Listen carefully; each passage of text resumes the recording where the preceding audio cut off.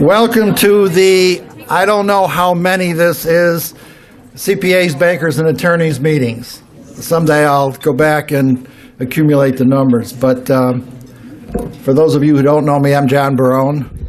For those of you who do know me, I'm John Barone. But at the head table here, we have Dave Wahonis. He's the secretary of the Utica chapter of the CPAs. Debbie Fitzgerald, who is president-elect, and Bob Ritz, who's the treasurer. And at the far end is Joanne Golden, who is president of the New York State Society of CPAs. And also here tonight is Chuck Schaaf, who is president of the State Board of Accountancy. And I really want to thank you all for coming on the lovely night that we have, but welcome to the Mohawk Valley, and we like it. This is home. You'll remember some of the speakers we've had in the past.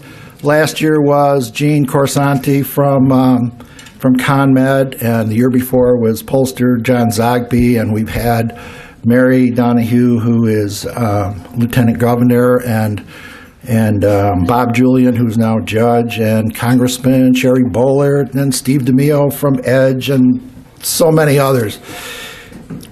Our speaker tonight is Albert Mazloom. Mr. Mazloom is one of our Mohawk Valley success stories.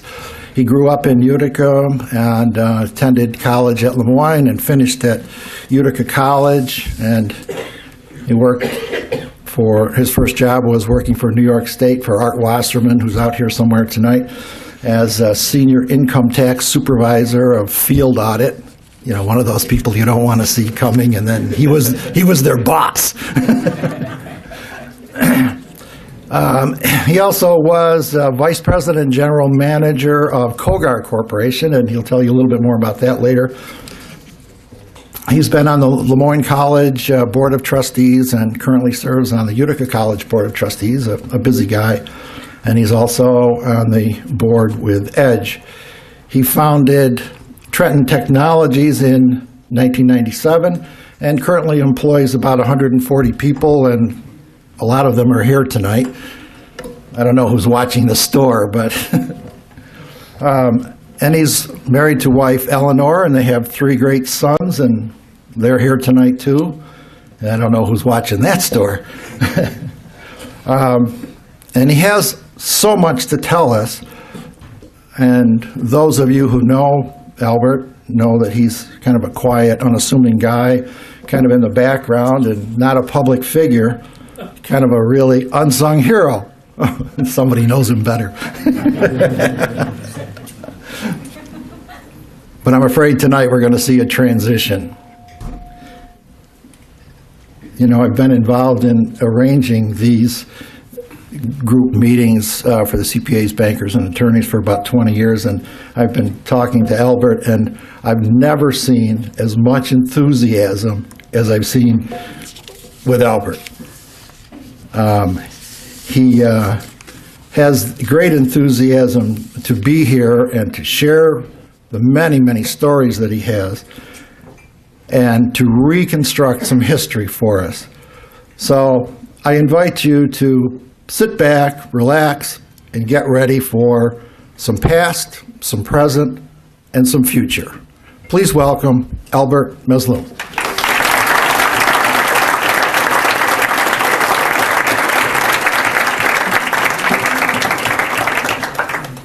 Let's see. John, thank you. One correction. I wish it were 1997. It was 1977 that we started Trenton Technology. That's fair.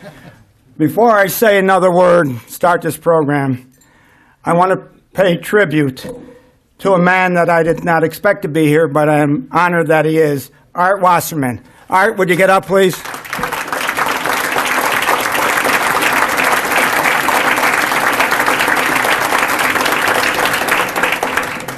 Art hired me, gave me my first job, but more importantly, he didn't fire me. I'm quite serious about that. That's a whole other story. But instead of firing me, he took me into his office and said, Albert, I'm not going to let you die here like many other of these state employees. Sorry, Art, that was before you got there. You're too bright for this, and you will work if you want to stay here. He instilled in me a work ethic that provided me with the tools to be what I believe is a successful businessman. Art, thank you. I'm honored that you're here.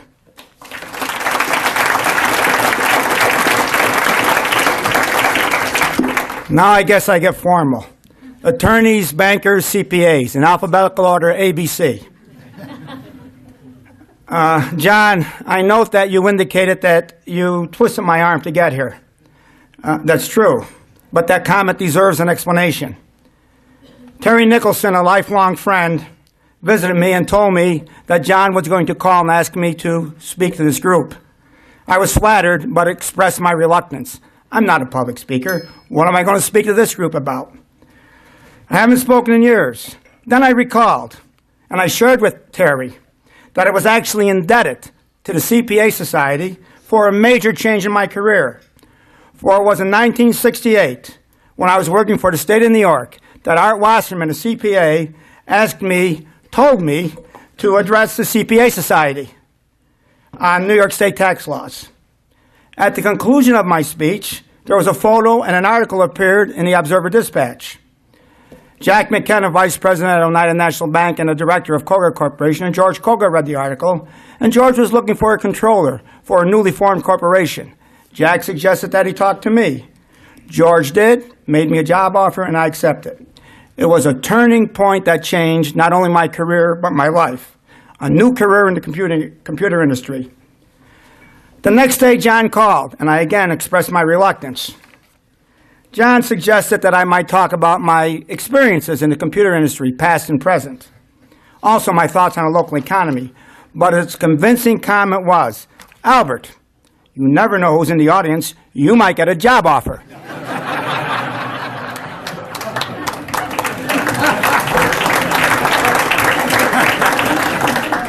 That resonates with me. So here I am, speaking to you with my own agenda, hoping that history repeats itself. I'm hoping for a job offer. Okay, what am I supposed to do here? Where's the paper? I'm supposed to weave stories with fiber and thread about MDS, a bit about Trenton Technology, and the local economy. The story you are about to hear focuses upon one man involved with all of these issues, all of these companies. George R. Cogar, an inventive genius who resided in our community in Schuyler, New York. Many of you remember him, many of you do not. But let me tell you, he was at one time singularly responsible for the existence of 4 local computer companies. Mark Data Science, Cogar, and on a smaller level, Trenton Technology, and Deerfield Systems, Inc., another one you may have never heard of. And the presence of 2 other major companies, UNIVAC and ICL, International Computers Limited. Through his efforts, there are as many as 5,000 jobs locally in the computer industry. I will talk about these companies.